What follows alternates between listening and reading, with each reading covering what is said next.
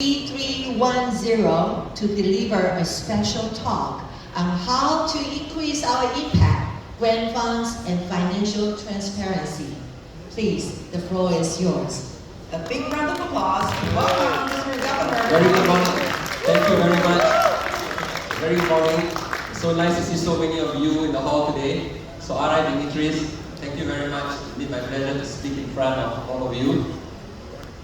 Now the topic today that I'm going to speak about is increasing our impact, grant funds, and financial transparency. Fellow Rotarians, why is this topic important? Maintaining a good financial transparency, a good financial plan is an important process in achieving success and doing good to the world and doing good to the name of Rotary. Let's take an example of a typical global grant project. This is in Nigeria. Rotary Club of Singapore in District 3310 has a big presence in Lagos, Nigeria. The reason being our benefactor, a Rotarian for more than 40 years, has a big business presence there. So this project is to provide free artificial limbs to the people in Lagos. The reasons for the loss of limbs is a separate matter altogether.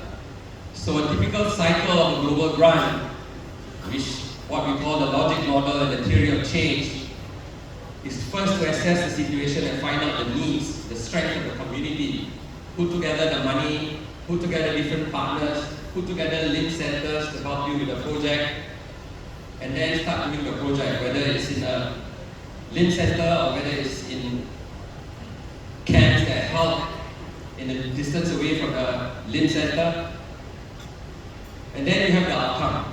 So the outcome, fellow Rotarians, is the number of limbs that have been produced, the number of beneficiaries that have benefited from your program, and the impact, which is the long-term benefit of your project. Now this is an important life cycle of a global grant project, and there are a lot of issues and processes that will affect the success of a typical global grant project. So if you only want to be a success once, then you concentrate on the outcome. But if you want to be a success consistently, that's what we are as Rotarians. We want to do it over and over again. We have to concentrate on processes. And one of the processes that we are looking at tonight, or to this morning, is a club financial management plan. Now the views expressed today are my personal views based on a number of years that I've experienced with global grants. But I think a club financial management plan will soon become compulsory. The reason, fellow Rotarians, is that when we do audit visits to grants that has been completed, if there is one thing that is sorely lacking, is a proper financial management plan. Right now, we are asking clubs to consider having a written plan. It doesn't have to be pages long, it can be just one paragraph. The written plan must be ready before your grant takes place and before you receive the money. Why? Because this will provide consistency, this will provide guidelines, because the grants will go over a number of years. So we don't want club presidents and board after 1 or 2 years to say, I have no idea what happened before I took office. So that is something that we hear all the time, and we want to avoid that. So the financial plan has to describe the processes. Who is the one who's going to approve the invoices? Who is the one who's going to sign against it? Who is the one who's going to confirm it? And who is the one who's going to make all the payments and make all the approvals? So the financial plan will also have the name of the Rotarians responsible for the accounts, the name of the Rotarians who are keeping all the accounts and all the copies of the bank statements, and it will also confirm the signatories of the bank account and also the succession plans. How often do you look at the succession plans? Every 1st July, every 31st December, so we need to know in advance who are responsible for it. I think you know this, for those of you who have done grants before, the money must go to a club-controlled, dedicated global grant account, if possible, right? And all payments must be made directly to club vendors. It should not be to individual Rotarians or to individuals by itself. And every payment has to be either electronic or check payments, and there must be a system of how the approvals have been given for this payment. Alright? Now, cash payments should be avoided, but if you really need to make cash payments, then you have to ensure that there's proper paperwork. There must be receipt given, there must be vouchers given, and this must be approved in a proper manner. Now, another important thing that we sometimes forget as Rotarians, that whatever money that we are spending from Rotary Foundation must follow the spending plan that we ourselves submitted in advance. And we must have a record of how this spending has taken place by keeping a very simple ledger. We call it a single entry financial ledger. It's the minimum standard that you should have. So this is an example of a grant. So if the grant says 18,000 disposable face shields, you cannot just say I want to buy 10,000 and I want to spend the rest of money on something else. So that is something very important. On the other hand, if you now want to buy 25,000 face shields, for the reason that the Singapore dollars has strengthened against the US dollars, then you have to write in to your grant officer. Write into your grant officer and you will get an approval if it is within reasonable reasons. Right? So I'm not an accountant or a bookkeeper by training, but this is something that all of us here as Rotarians should be able to do. Right? This is what we call a single entry financial ledger. We will describe the category, you will describe what the payment is for, and who you paid to, and who you received the money from. And you can do this on a monthly basis, so that 2 years after the project is completed, you don't have to scramble and find out who you made the payment to, start opening up your bank accounts to see where the payments have been done. The records have to be maintained. Sometimes we feel that it's all in the email, it's all somewhere in the computer. But I would personally suggest that as you receive the payments, as you make the payments, or as you receive the bank statements, print it out. Print it out, put it in a file, alright? So if there's a need to do handover, you can do a physical handover. For those of you who are fairly good with the computer and IT, you can start creating folders on the desktop. And you can just put, or dump, I call it, dump all the documents in the proper folder. And when the need arises, you can just send the whole folder over. But I think to be fair, not everybody will be as computer literate as you are. So please look into printing those documents and statements and do a proper file handover if you have to leave office, or you have to leave Rotary, or you have to leave the club. Right? So Rotary Foundation requires that we keep all the records for at least 5 years, and there must be easy access. Easy access means the next president must know where to find them. The next secretary must know where to find them. 2 years later, the president must still know where to find them. 3 years later, the president must still know where to find them. Right, so these are some of the documents that have been required that you keep them. The first part is quite easy, all the grant documents are there. Again, I recommend that you print them. I still print them, right? Because once you start doing your second, third, 10th, 12th grant, after a while things become very murky. So it's best that you keep them, print them, right?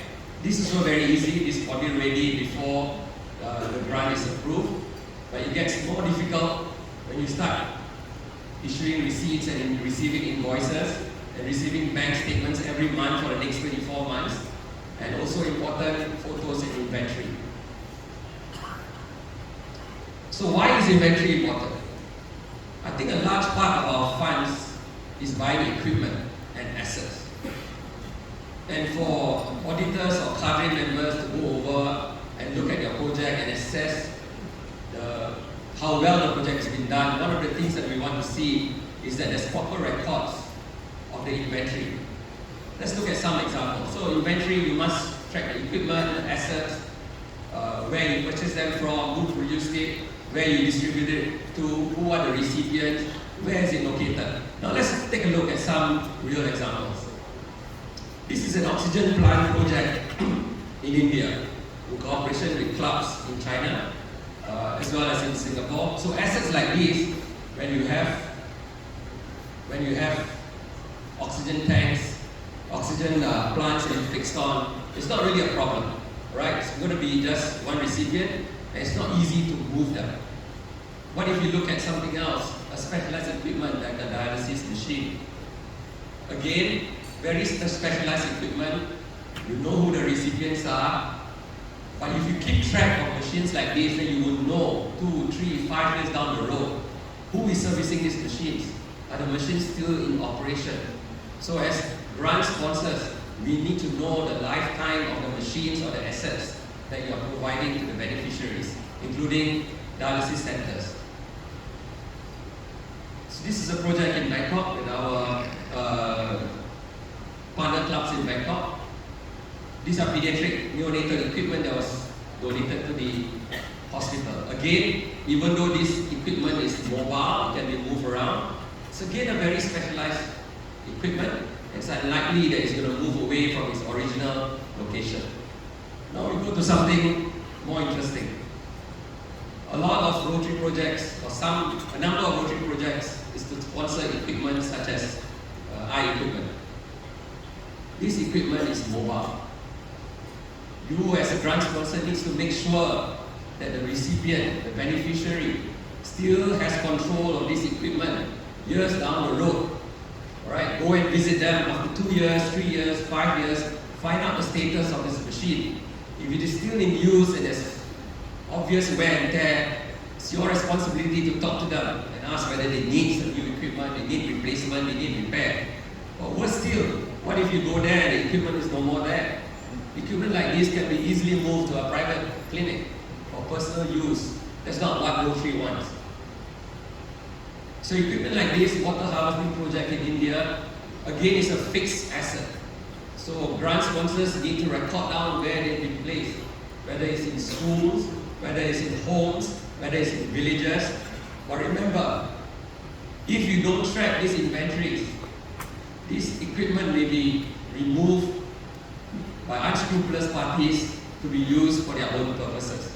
So you need to push your partners. If you are the international partner, you have to push the host partners to make sure there's a regular report of the status of these inventories. What about desks like this? Right? Easy, simple, cheap. You can sponsor thousands of them every year. It's for a good purpose. But again, your responsibility is to make sure that they are not recycled and used for other purposes. Eyeglasses project, Rotary Club Manila in 3810.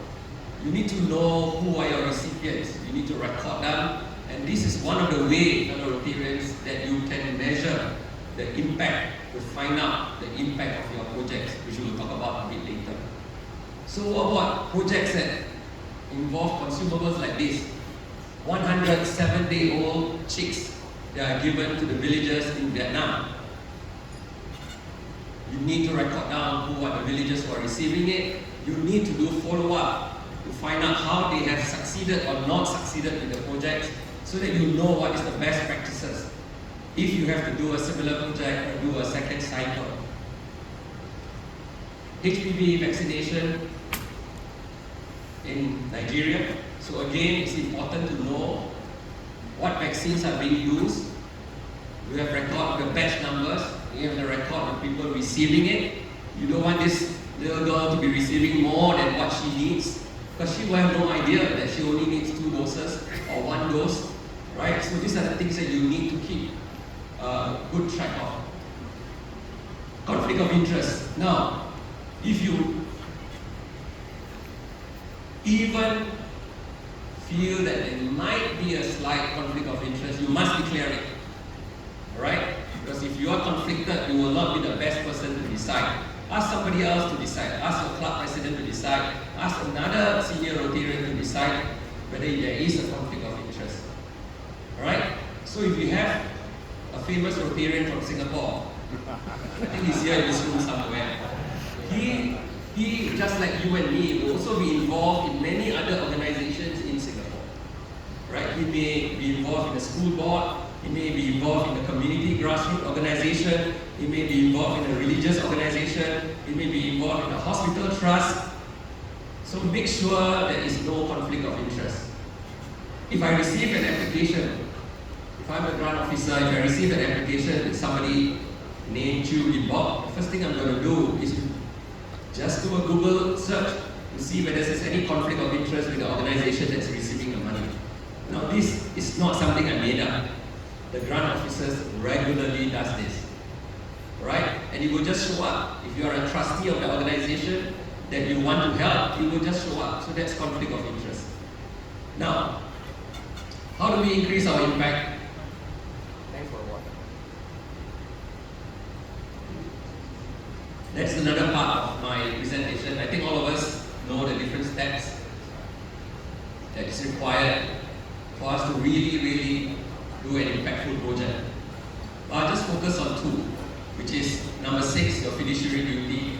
It means that you have a duty of care after receiving the money from Rotary Foundation to ensure that the funds are spent to the best of its use. No excuses. No excuses, fellow Rotarians, and no compromise. Because it is the money that is given by donors from all of us, all over the world, all over your district, all over your club. It is your duty to ensure that the money is spent to the best of its use. And the second thing which I think we must always remember is outcome and impact, which I'm going to talk a little bit about. I think for many years, even myself, I'm guilty of it. We are so focused on outcome. We are so focused on the number of limbs that we replace. We are so focused on the number of eye surgeries that we do. We are so focused on the number of toilets that we put up. How often have you seen reports that say, I've done 1,000 toilets, I've done 15,000 surgeries, and I've done 2,000 limbs in 1 year. But that is outcome. If you focus on outcome alone, fellow Rotarians, you are focusing on your own intent. You are focusing on your own intent. What we need to do as Rotarians is to look at impact. Let me just tell you a story. Let me bring you to Nigeria in 2017. 6 years ago, there was a launch for this mega global grant in District 9110 in Lagos. It was a big event. The press was there, I was there, the press was there, interviews all over. And as part of the proceedings, we invited 3 of the beneficiaries to be with us. So they were there up there, including some of the limb technicians. And this gentleman had a microphone, and there was a member of the press right at the back that says, please tell us what you have to say to Rotary. So all the Rotarians at the back were all feeling so proud and chest up, thinking how they would say how good Rotary is all about. You know what this gentleman said? He says, thank you Rotary for giving me back my dignity. Wow, for $180, are we paying for his limb? To him, it is his dignity. He says before getting that free prosthesis, he was crawling on the streets, he was begging, he was not respected even in his own house because he's deemed useless. Alright, so that's what we are paying for, dignity. This was a picture in India. This baby was born with congenital cataract. Soon after this picture was taken, the father said, can I take a photo with you? So I said, sure, let's take a photo. So we took a nice photo. And before I left, he asked me a question. He said, do you know why I took the photo? So I said, no, please tell me. He says, I want to show my daughter, when she grows up, the people who paid for her future. The people who paid for the future. I was walking out the room thinking I paid for the 2 eye surgeries. But no, what we as Rotarians are paying for the future of the child. That is impact. Almost 71 years ago, the then Rotary International President Henry Brunia landed in Singapore to inaugurate the Rotary School for Leprosy. No, let me say that again. The school for children of patients who suffer from leprosy. The children themselves do not suffer leprosy. At that time, they are not able to go to a regular school. So Rotary Club of Singapore put together a $62,000 project at that time, which is worth about $350,000 now, to set up a school so that the kids can go to school. This was 70 over years ago. Remember that. In January this year, 2023, Rotary Club Singapore visited a leprosy colony in India. It still exists, a leprosy colony. They are not infectious anymore. They're not infectious anymore. But the stigma, the social stigma is so great that they are not able to have their children going to school. So I asked this gentleman again, what else can we do for you? He says, Rotary has allowed his grandson to go to school, to have a future. Something which his own children couldn't benefit from. So that's what we are doing, paying for the future. I spoke to this beneficiary, the dialysis center in India. I said, what more can Rotary do for you? Because I think when you start going to projects, you just have to talk to them and ask them. Then you will understand the meaning of impact. I asked him, what else can we do for you? Thinking that we can help him with some livelihood. He says, there's nothing else Rotary can do for me, nothing else. He said, 3 months ago, you would have been a dead man. Without the free dialysis that you got, you would have been dead 3 months ago. So there's nothing else Rotary can do. Thank you very much, that's what he said. So what we are doing is, by getting our processes right, we are investing essentially, fellow Rotarians, we are investing in humanity. Now, these kids in an orphanage in Indonesia, I think some of our Indonesian Rotarians are here. This boy in front lost both his nose, born without limbs. The girl that's showing that smile is hearing impaired. The 2 boys behind are autistic. At this age, they are cute, they are lovely, they are adorable. But what happens when they are older? Are we doing enough rather than just giving them uniform, food, and a wheelchair? What are we doing? We have to be there for the long term. We have to play the long game, because the end game is impact. And for social and community work, there's never an end, is there? Have we ever stopped doing service? So this picture is about 12, 13 years ago. Fernando was born with blindness of both his eyes, 90% blind. And the little boy in green was my son. So Fernando was 6 years old and my son was 5 years old. So we were not able to do the surgery for him for various reasons. The risks are too high. But we invested in his education. Fernando is talented in music. So after 12 to 13 years, Fernando is an accomplished keyboard player and a drummer. The 2 boys have a special bond. So fellow Rotarians, this is my short presentation. I hope you enjoyed it as much as I enjoyed preparing it. Thank you very much. Thank you very much, Mr. Governor. You are always inspiring.